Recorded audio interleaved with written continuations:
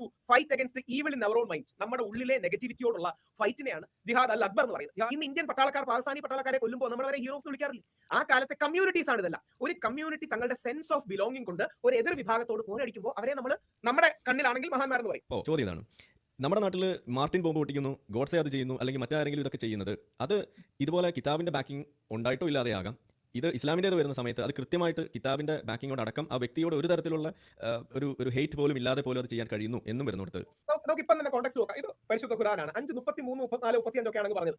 അതായത് ദൈവത്തിനും ദൈവത്തിന്റെ പ്രവാചകനും എതിരെ, അല്ലെങ്കിൽ ആ നാട്ടിൽ ഏതെങ്കിലും രീതിയിൽ പ്രശ്നങ്ങൾ ഉണ്ടാക്കുന്നവർക്കെതിരെ അവർക്കെതിരെ എന്ത് ചെയ്യാന്നുള്ളൂ. എന്നാൽ 5:32 അടക്കമുള്ള കോൺടാക്ട് എന്താ?